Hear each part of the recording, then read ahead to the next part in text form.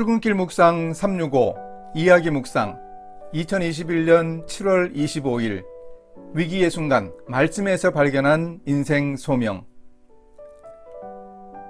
집안은 가난했지만 책 읽기를 좋아하던 미국의 한 여고생이 있었습니다. 남자친구가 2차 세계대전에 참전했습니다. 전쟁이 끝나고 남자친구가 훈장을 받고 살아 돌아왔는데 이 여고생이 거의 매일 써서 보낸 연애편지 한 묶음을 가지고 왔습니다. 두 사람은 결혼했고 대출을 받아 세탁소를 개업했습니다. 하지만 불황의 파고를 이기지 못하고 세탁소를 폐업했습니다. $5,000의 대출금을 갚는 일이 문제였습니다.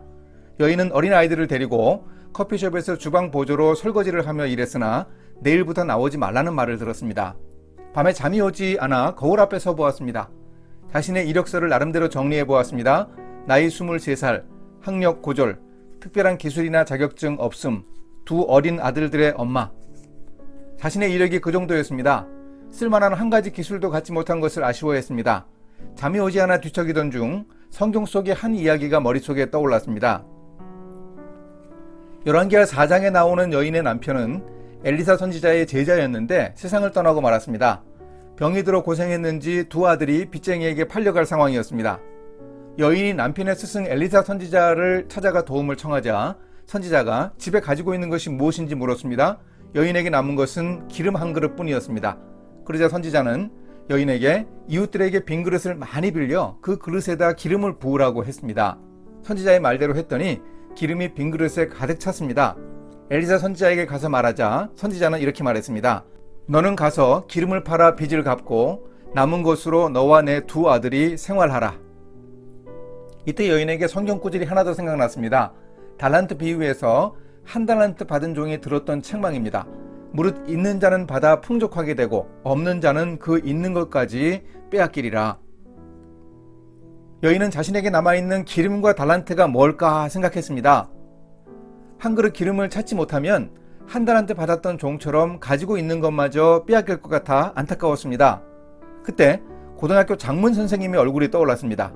글을 잘 쓴다면서 교지 편집하는 일을 맡기셨던 기억도 났습니다. 여인은 아예 잠자리에서 일어났습니다. 주방으로 가서 지역 신문인 볼드윈 파크 모아놓은 것을 식탁 위에 펼쳤습니다. 평소에 보지 않던 광고란을 살피면서 글 쓰는 사람을 찾는지 살폈습니다. 하지만 신문들을 다 뒤져도 원하는 구인 광고는 없었습니다. 그런데 광고를 보다 보니 광고 카피나 문장이 너무 촌스럽고 형편없는 것들이 눈에 거슬렸습니다.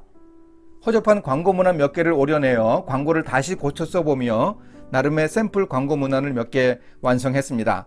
그랬더니 아침 해가 솟아오르고 있었습니다. 지난 밤을 하얗게 지새웠는데 하나도 피곤하지 않았습니다. 아이들을 데리고 신문사로 간 여인은 문을 열고 들어가 신문의 광고 지면을 전부 사러 왔다고 소리쳤습니다.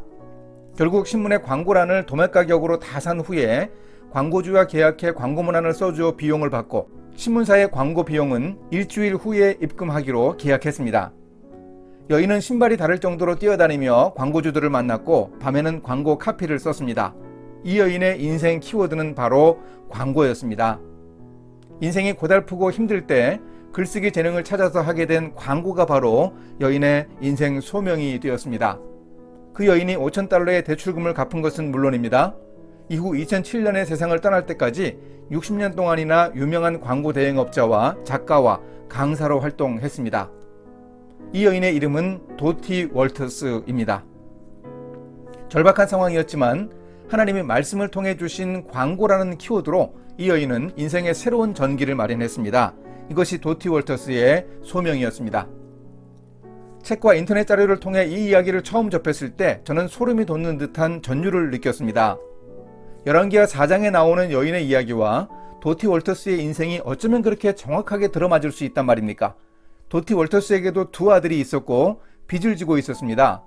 성경에 나오는 여인처럼 도티 월터스도 빌려온 남의 그릇, 신문사의 광고란이지요.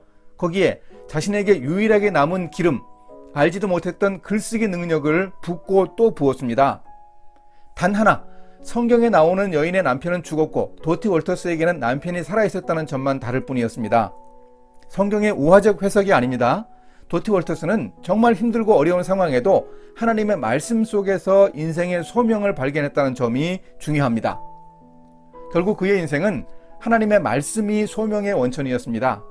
중고등부나 대학 청년부 젊은이들에게 비전과 직업 선택에 대해서 강의할 때 저는 도티 볼터스 이야기를 꼭 들려줍니다. 요즘 우리 청년들은 기회도 적고 경쟁도 심하고 박탈감도 큽니다. 참으로 답답한 현실이지만 말씀 속에서 비전과 소명을 발견할 수 있습니다.